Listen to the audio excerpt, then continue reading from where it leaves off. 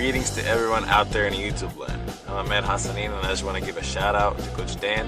Thank you for all the support you show the team and the players. Everyone hit the like, subscription button, and yell woo in the comments. Thank you, and go Lions. What's going on, guys? It is Aiden Hutchinson.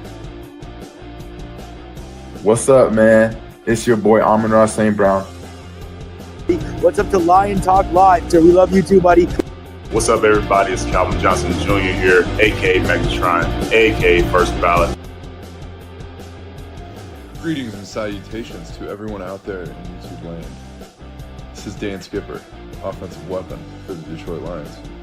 Make sure you all help support Lions Talk Live, Coach Dan, by clicking on that like and subscribe button. Everybody, woo!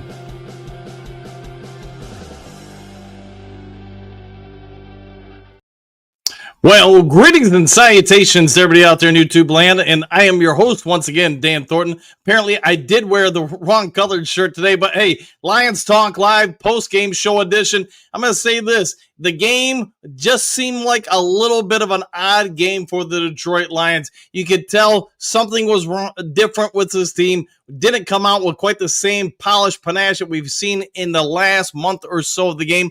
But at the end of the day, when you don't play your best and you still win by double digits, I'm going to say that's a big win for the Detroit Lions and the organization. We saw some good things from both sides of the ball. All three phases played well. You know, Goff, I thought, played well considering the offensive line adjustments. Yes, everybody out there in YouTube land probably understands Taylor Decker is an integral part of this team. No mistakes about it. You probably are appreciating him right now, one way or the other. Manu, I thought he had some good moments. Also had some moments you could tell he's not ready for prime time. Whether or not you're going to come after him, whether or not you want to pick apart this and the other thing, whether or not you want to just give the Bengals the credit, the fourth quarter, the Lions fell a little bit asleep, and yes, the Bengals took advantage of it to make it a close game. Derek Barnes, he did make some nice plays, not just the safety at the end. Aiden Hutchinson, he's got to just look around every time he gets a sack and say, where's the penalty going to come from? Because it seems like in the last three games, he gets the quarterback, he forces a fumble, whatever it is, there's going to be a flag on the play. I was thinking about making the thumbnail of this show a little bit different. Instead, I'm going to hold it for the morning. I've got a little bit of a bone to pick with the NFL and its officiating crew, but again, I'll save that for the money. Let's also talk about some things. Let's go through the stats here. The Lions did not play their greatest game by any stretch of the imagination. Here's what we do know. Dave Montgomery should throw the ball every time because what's he do when he throws the ball? He throws touchdowns. Other than that, Goff was, 19 of 23, 80. We'll round up and say 83% completion, 253 yards passing, and 3 touchdowns. He took some sacks today. Whether or not you want to just put the blame on one person or two people, I don't know. I'll leave that to your own devices. What going on, continuing through the list here, the rushing attack. I'll say this for the Bengals. We talked about all week leading this game, they were going to have to dial up some stuff to try to limit the attack there, try to make sure the Lions were as one-dimensional as possible. They did that, and I thought Fox did a pretty good job of showing out and saying, hey, you got guys over here, they're trying to load the box, and there were times, a lot of times, the Bengals had 8 guys at the line of scrimmage trying to slow things down. Whether or not that was effective, I don't know, but you could see what the loss of Taylor Decker did to this team. Quite often, the Lions were sending a second person over to chip block or whatever, try to help out with Manu. There were times I thought he looked fine, but is he ready to be the full-time left tackle for the Detroit Lions? At least not today. We can probably all agree. The other thing that we'll probably be talking about all week long, leading into next week's big game against Kansas City, the Detroit Lions secondary is scarcely out of players.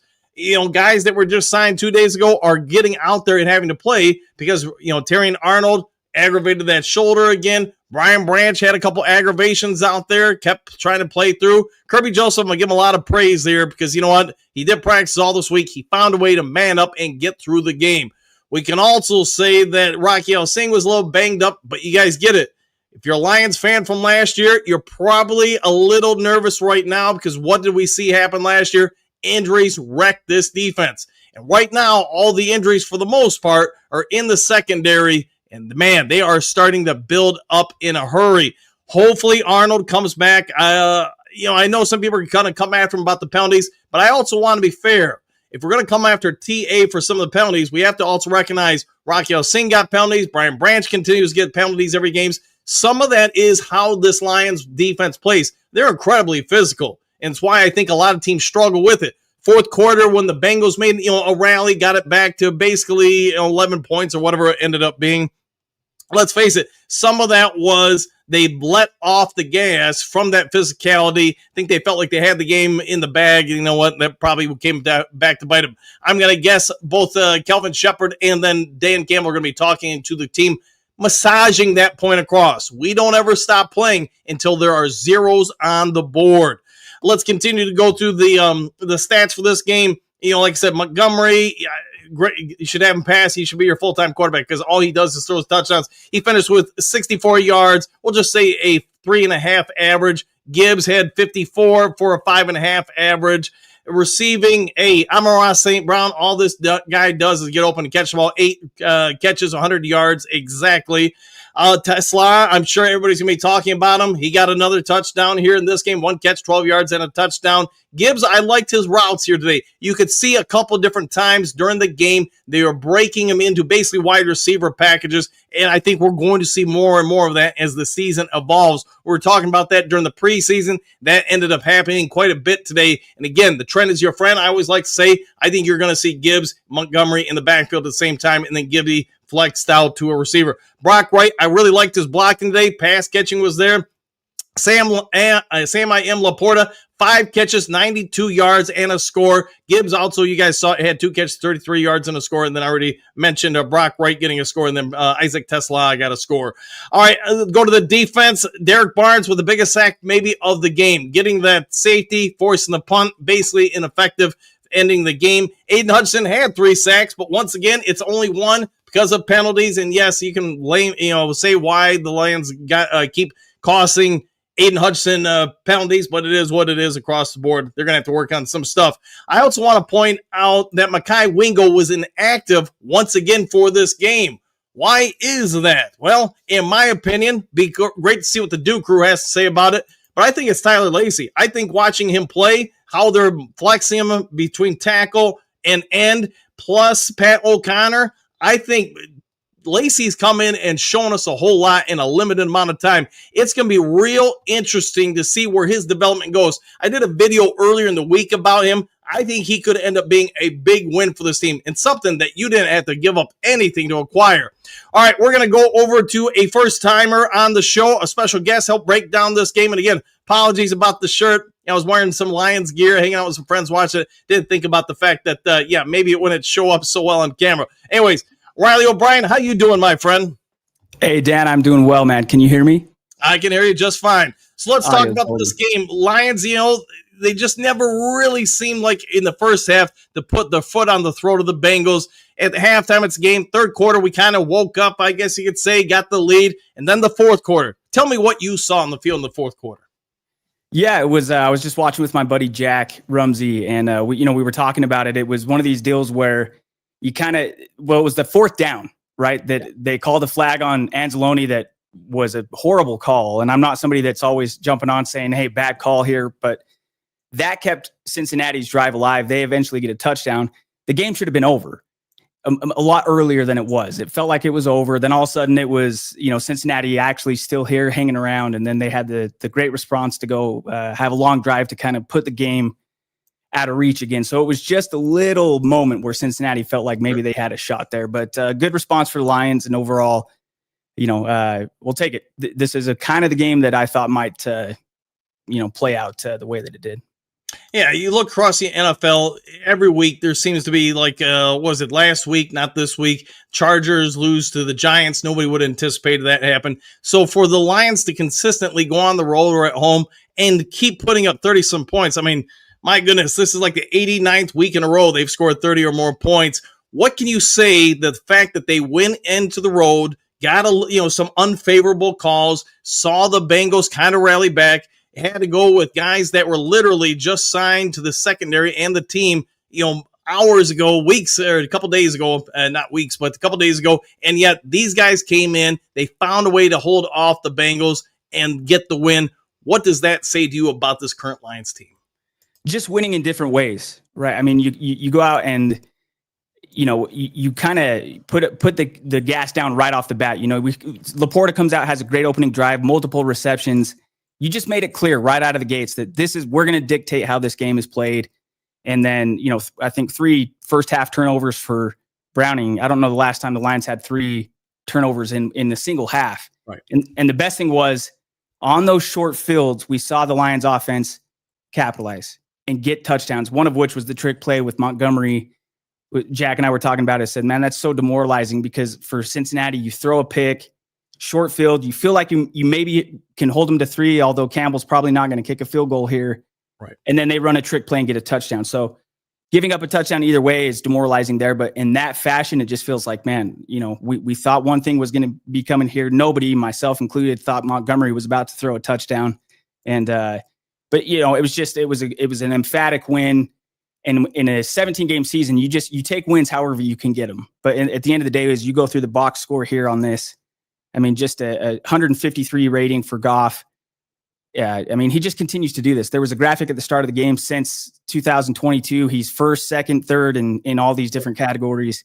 So, yeah, like you had mentioned, Dan, whether it's at home, whether it's on the road, they just go in and they're executing. And it's such a far cry from week 1, what we thought it looked like, to what we're seeing now. Now this is just, they look even better than they did last year to me. Aiden Hutchinson, he seems like to have the worst luck in the NFL right now because he's getting sacks left and right, forcing fumbles. Every time there seems to be a penalty. I was going to make the main topic of the show, man, in my opinion, and I'm guessing most people watching the show are going to have the same opinion. Whenever the Lions had an opportunity to really, in the first 3 quarters, kind of put this game to rest, there seemed to be an unfortunate flag that kept the drive going, took the ball away from the Lions and gave it back to Cincinnati. While that may or may not be true, that the refs trying to help out the Bengals, what do you think about Aiden Hutchinson? There were a lot of questions coming in the season about recovering from the injury. Is it going to be the same guy, the same explosion? What are you seeing in the first 5 games? Yeah, that's a great question. I think the expectation I felt like was a little unfairly set because what we were hearing all through camp, Dan, is he looks even better than he did before the injury. So with that, okay, well then I'm expecting to see that same player. It took a minute, but you're right. That was the first thing I said to my friend today was, man, he just got what should have been a safety, and then there's a holding away from the play. You're right with Hutch. It's just got to be, man, somebody just keep your hands off. Let me just finish and get the play and get the stat here. But more importantly, I think for Aiden than chasing a statistic is, yeah, he's wreaking havoc, man. He's making plays, and I would say at this point, he is a little bit better than even what I thought would be the best case scenario through 5 games this season. So I love where Hutchinson's at. I think it's clear that he's really, coming into his own. And I think it's reasonable to expect that he'll be even better in 3-4 weeks as the season continues to go along. Before you got on the mic or joined the show, I had a thought or made a point about Lacey. I did a video on him. I want to say it was yesterday or whatever, that it seemed like Kelvin Shepard was kind of tipping his hand a little bit that he was going to become a bigger and bigger part of this Lions defense front, play some big end, play some interior on pass rush downs, play some inside. I don't have the snap count for him yet. I'll have to wait till later to get it. But it seemed like from last week to this week, he had a noticeable rise in his snap count last week. This week, from my eyes, just kind of watching it, it seemed like it had doubled. And I would like, for my opinion, what I saw out there. What do you think of this young man's performance so far? Well, again, it's hard to find your way on a team that won 15 games last year and come in because there's a expectation that you have to hold the standard. You don't want to be the weak link, right? You don't want to stand out like a sore thumb, like, okay, that guy's our liability here. And he wasn't. It was clear that he was holding his own. We saw a little bit of it on the opposite side with the offensive line. There was obviously some injuries and things there that forced some guys into action. But I think the main thing is just keep it above water. Just keep us afloat. And when you step back and look at the game and how it played out, I know I wasn't worried at any point, and I don't think anybody listening, were you ever really worried that the Lions weren't going to win this game? So it's a good thing. It's a good thing to be able to plug in a guy like a Tyler Lacey and give him some responsibility and give him some snaps and trust that it's going to, everything's going to kind of fall along as it needs to, and everyone will do their part. Tesla, he had the one catch for the big touchdown, but it seemed like they had an effort to get him more on the field today than any other game this season. You saw him in run blocking assignments. You see him run some straight go patterns, some in post, etc.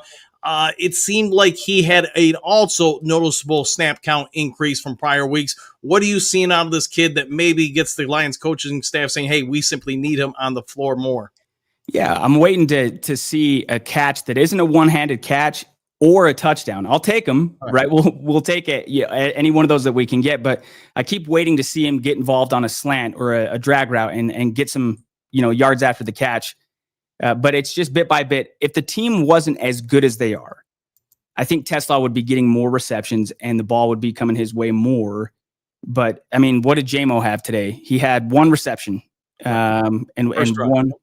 Yeah. And that's 2 games in a row where his receptions came on the first drive. So there's a pecking order, right? And so it's not necessarily to say, well, we can't get Tesla the ball if JMO hasn't had a target here, but it's just, I mean, they put up 37 points. Goff had 153 rating, and you're dominating the game offensively. You're able to do what you want. And so I think, again, kind of going along with what we were saying with Tyler Lacey, for Tesla to be able to just kind of come in, and it's a good thing to be able to get the snaps that you are getting and the team's winning. And so you're integrating these players, these new players at a pretty good clip, I feel. And I just think as time goes on, Tesla will start to get more and more receptions, and it won't always be the one-handed or the touchdown that we've already come accustomed to seeing. All right, one other big thing before we get out of here, Giovanni Manu. I thought at times he looked good. Other times he did get kind of roasted, but what are you expecting his first game out there? How many Mountain Dews does he owe Jared Goff tonight? Well, let's go with 37 because that's what they put up. Let's go 37, and then you and me will pitch in a few, so let's just round it up to 40. All right. Why don't you go ahead and, Riley, give yourself a shout out to everybody where they can find you, help support your content, yourself, etc. And thanks for making time to come out on the post-game show. Yeah, no, I appreciate it. A lot of familiar faces in here, and I'm part of the Talkin' Football podcast that's hosted by Justin Treese and Austin Cunningham and Dan Kiefer. And hopefully I'll be around more and be able to chip in for some morning shows. And you do a great job, Dan. I love your consistent every day and quite a big following here. Look, we're all just here for the Lions, right? We love this football team, and I'm a Utah all the way out here in Utah with no real connection to Detroit other than that was the team that I picked when I was a kid because they weren't good. And so I didn't know it was going to take, 20 plus years to start having some success, but man, it's been worth it for sure.